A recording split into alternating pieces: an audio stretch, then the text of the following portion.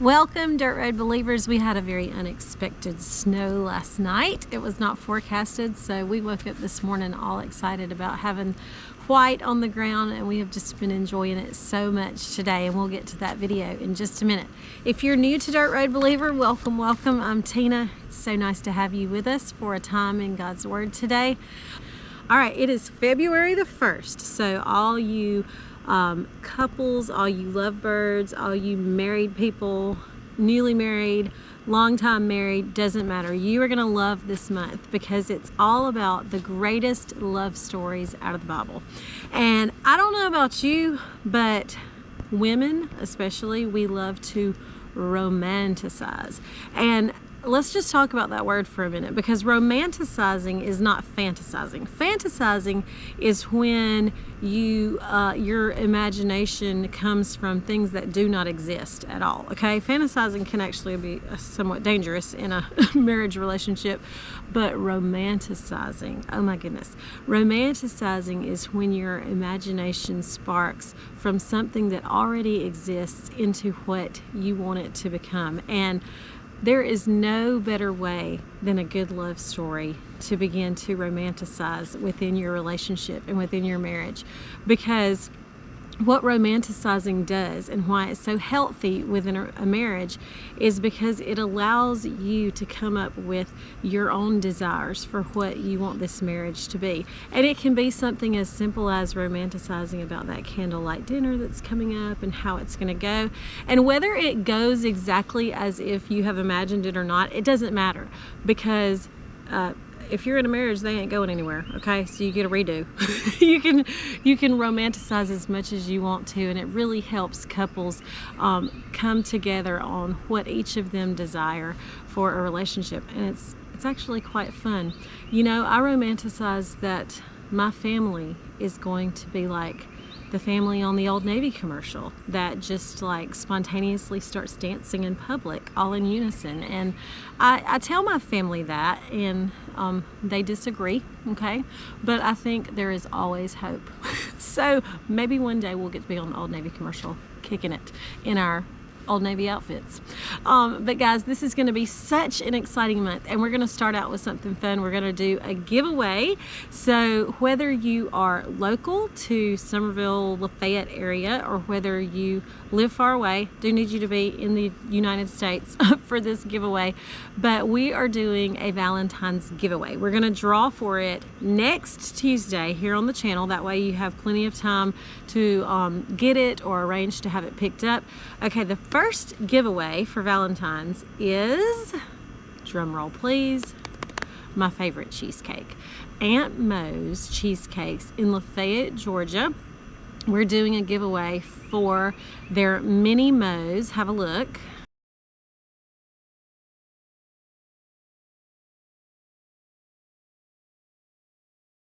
It's a dozen of the most scrumptious tiny cheesecakes you'll ever put in your mouth. And she's also throwing in a slice of whatever the cheesecake of the day is.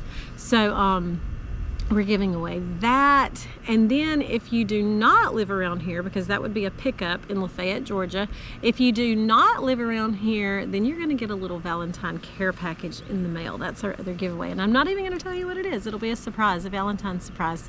So to enter to win, I just simply want you to comment Aunt Mo's. That means you're entering to win Mana's Cheesecakes in Lafayette, or Hey Russie.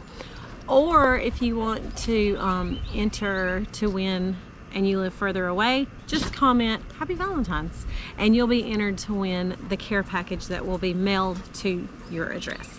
All right, guys, I'm so excited about this month. It's going to be so much fun, full of love, and some of these couples in the Bible, oh my goodness. Like, the Bible is better than Days of Our Lives. Have you ever really read the Bible? I had a friend this past week, and she's just gotten into reading the Old Testament, and her mind is blown. She's like, these people, oh, it is better than Days of Our Lives. Juicy, juicy stuff.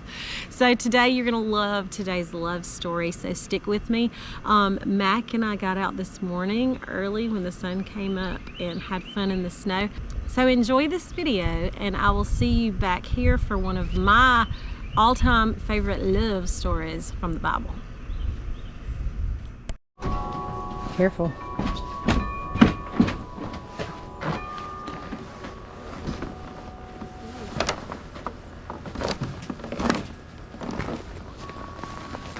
Look at that pretty sunrise over the mountain.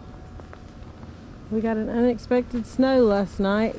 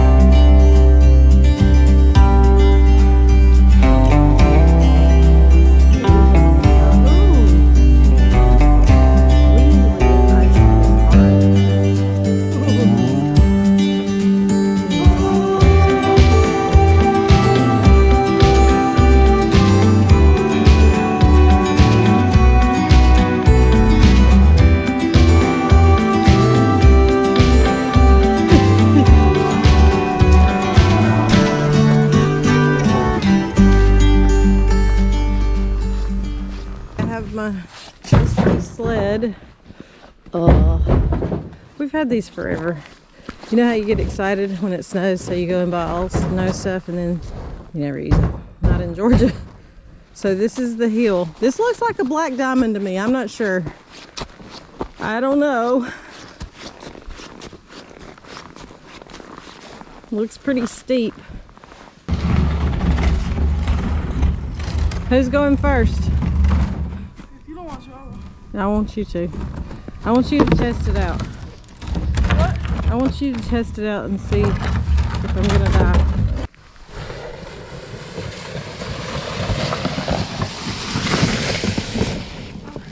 I'm hoping I don't hit that. What? I'm hoping I don't hit that thing.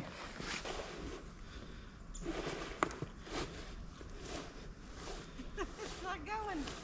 Oh.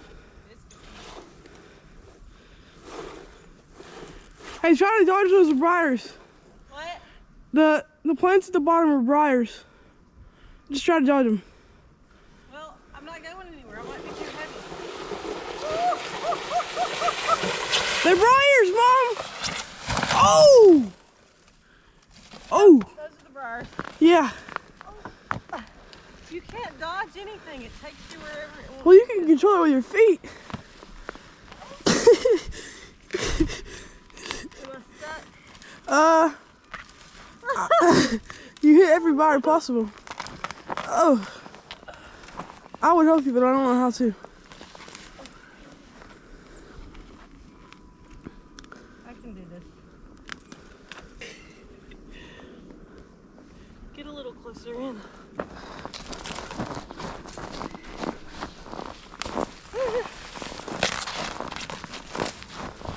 Okay. Almost free.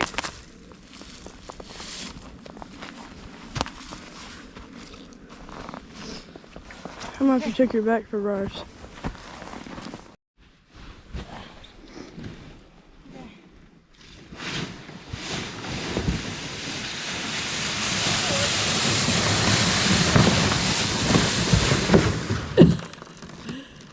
That's a much better run until you hit the tree. But at least it's not the briars. It's not as steep, but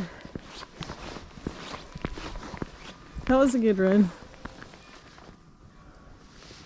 Fly. Start between those trees and Yeah, go further up. miss this one. I could probably. Hey, I'll tell you what you told me. Steer. You gotta steer. Oh, I was trying to then. I was losing speed, so I just moved it.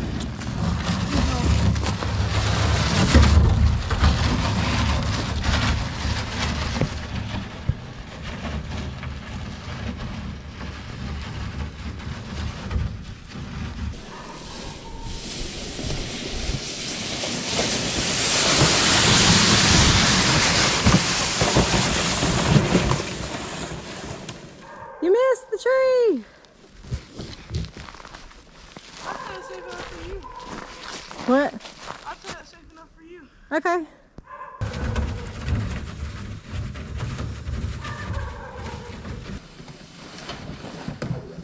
Yeah.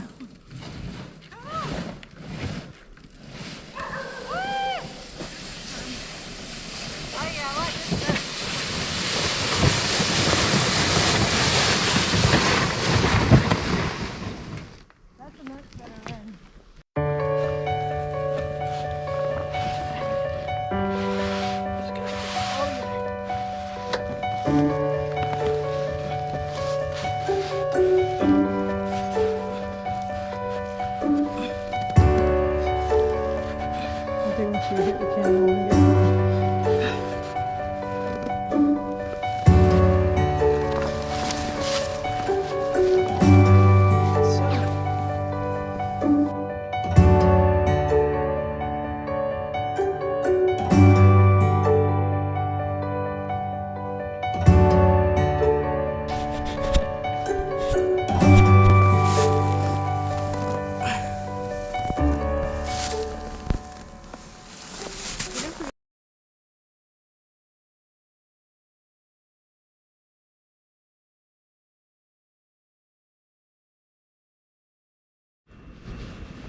Okay, I hope you enjoyed that. We had so much fun, Mac and I. The little things, you know, they mean so much.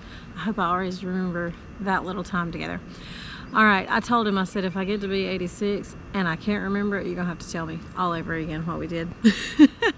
All right, guys, today we are in 1 Samuel 25. This is my favorite love story. And by the way, we are sharing love stories this month, but we're also tying in what we can learn from these love stories. So this love story is very special to me because it's so romantic, but not only that, it taught me something so pivotal in my marriage that I want to share with you today. All right, so I'm going to kind of summarize a little bit, but I will be reading from scripture as well. So there's a guy named Nabal, which incidentally, the name Nabal means fool. And he is just that. He is married to a woman named Abigail.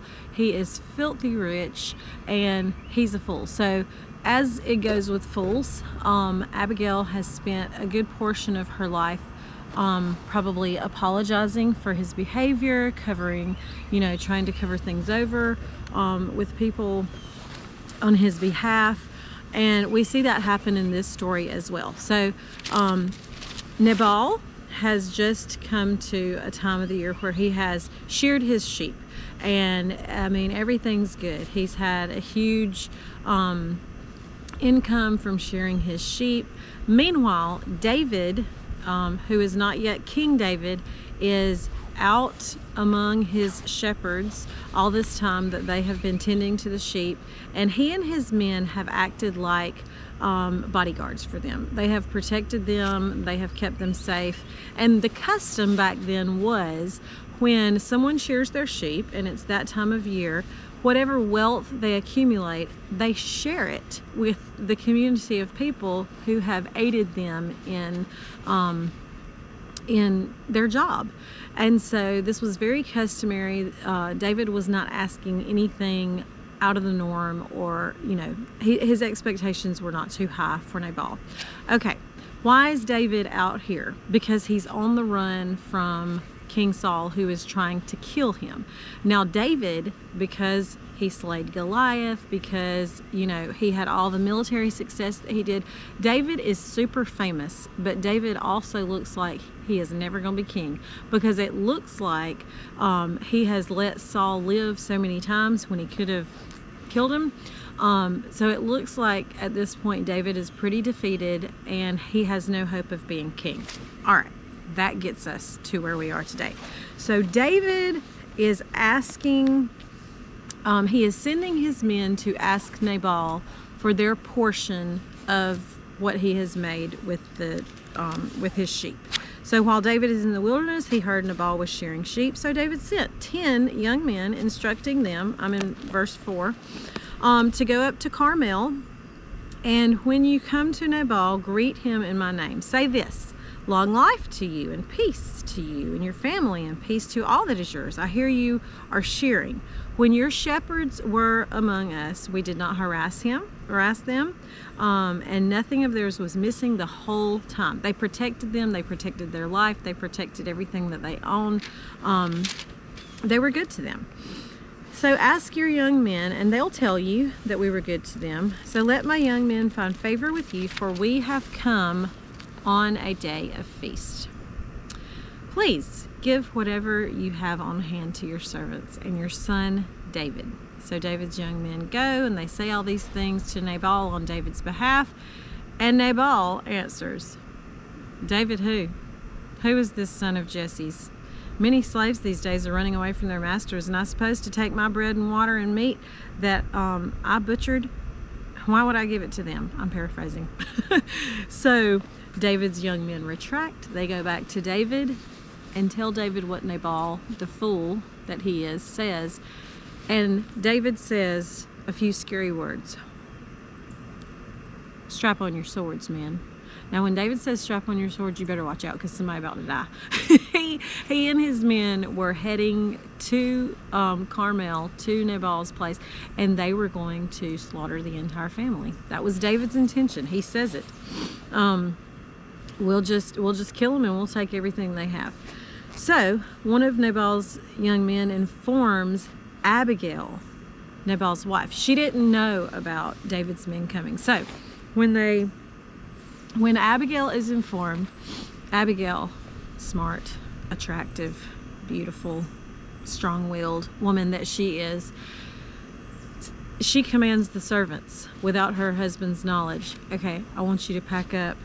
You know, it details it here for us. 200 cakes of pressed feeds, two clay jars of wine, 5 butchered sheep, blah, blah, blah. It goes on and on and on about all the food that she packs up for David and his men. And she rides her donkey down a mountain pass hidden from view. And she saw David and his men coming toward her. Oh my gosh, y'all, just imagine this. Here's this woman. She's loaded up all these donkeys with all that these men could possibly need or want for a length of time. And she meets them on a hidden trail. Here they come, sword in hand, ready. So when they have this encounter and David and his men meet up with Abigail, David had just gotten out of his mouth, I guarded everything that belonged to this man in the wilderness for nothing. He was not missing anything, yet he paid me back evil for good. May God punish me and do so severely if I let one of his males survive until morning. Ooh, David is mad. So, I'm in verse 23 now. When Abigail saw David, she quickly got off the donkey and knelt down with her face to the ground and paid homage to David. She knelt at his feet and said, "The guilt is mine, my lord, but please let your servant speak to you directly. Listen to the words of your servant. My lord should pay no attention to this worthless fool Nabal, for he lives up to his name. His name means stupid, and stupidity is all he knows. I, your servant, didn't see my lord's young men whom you sent. Now, my lord, as surely as the Lord lives, and as you yourself live, it is the Lord who kept you from participating in this bloodshed and avenging yourself by your own hand. May your enemies and those who intend to harm you, my lord, be like Nabal. Let this gift your servant has brought to you, my lord, be given to the young men who follow my lord. Please forgive your servant's offense, for the Lord is certain to make a lasting dynasty for my lord, because he fights the Lord's battles. Throughout your life, may evil not be found in you. Someone is pursuing you and intends to take your life. My Lord's life is tucked safely away in a place where the Lord protects the living, but he is flinging away your enemies like stones from a sling." You get that reference? David and Goliath. When the Lord does for my lord David all the good he promised and appoints you ruler over Israel, there will be not remorse or troubled conscience for my lord because of needless bloodshed or my lord's revenge. And when the Lord does good things for my lord David, may you remember your servant. And David stops in his tracks, in his anger and in his retaliation mode, and says, Blessed be the God of Israel.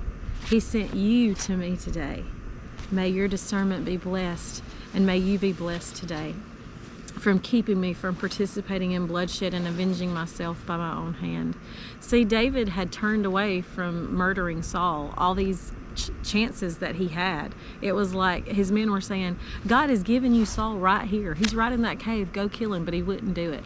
But here he was just about to do something, and Abigail came just at the right time. Now, Abigail goes back home. Her husband is drunk, and so she doesn't say anything to him. She lets him sober up. You can read it all right here, guys. Days of Our Lives. She wakes up the next day. She gives him a chance to sober up, and she tells him what he has done.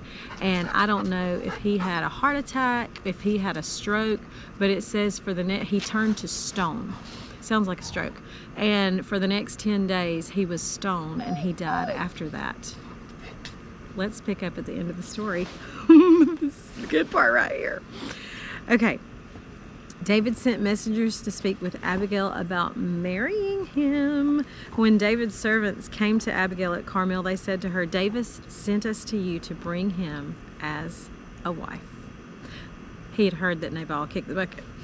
She stood up, paid homage with her face to the ground, and said, Here I am, your servant, a slave to wash the feet of my Lord's servants. Then Abigail got up quickly, and with her 5 female servants accompanying her, rode on a donkey, following David's messengers. And so she became his wife. David also married... Okay, we're going to stop there because he had lots of wives. But I love this marriage the best. It's so romantic. I mean, Abigail rushes to save David from himself, and then she becomes his wife. Okay, here's what I learned from this, guys. This story came into my life at exactly the right time, because it was a time and a season in my marriage where I felt so put upon. My kids were little, and I just felt like the weight of the world was on my shoulders, and I felt like I wasn't getting the help that I wanted. And I just remember one morning praying for my husband to change. That sound familiar? Just change him and everything will be fine. And I got up for my time of prayer, and I went to get in the shower to get ready for work. And I remember the conviction falling on me. Like I could not tell what was water from the shower and what were my tears, because God showed me in just such a short time that, Tina, you are condescending. You want control. He showed me all the things that I was responsible for in my marriage, that if I could change my heart, then things would begin to change in my marriage, that I didn't need to wait around on someone else to change, that I had things that needed to be worked on and changed. And then this story came along in my life. And what I took away from this story, and what I took away from Abigail, is Abigail didn't wait for David to become a king to honor him as a king. He was on the run. He was scared. He was, lashing out at people. But that's not what Abigail looked to. Abigail looked to what God had ordained him to be and what he was going to be. And as I applied that to my own marriage, I began to see my husband differently. I thought, if I could honor him now instead of waiting until he's exactly what I want him to be, but honoring him for who God has ordained him to be, and knowing that he is the person that I prayed for, and we're on this journey together to get there. And so Abigail just taught me so much about honoring and revering someone for who God created them to be, not who they are in the moment, looking past all of that. And it really, really changed my marriage. All right, guys, have a wonderful day. I hope you've enjoyed the snow with me today. And until Thursday, slow down. Take the dirt road, believer.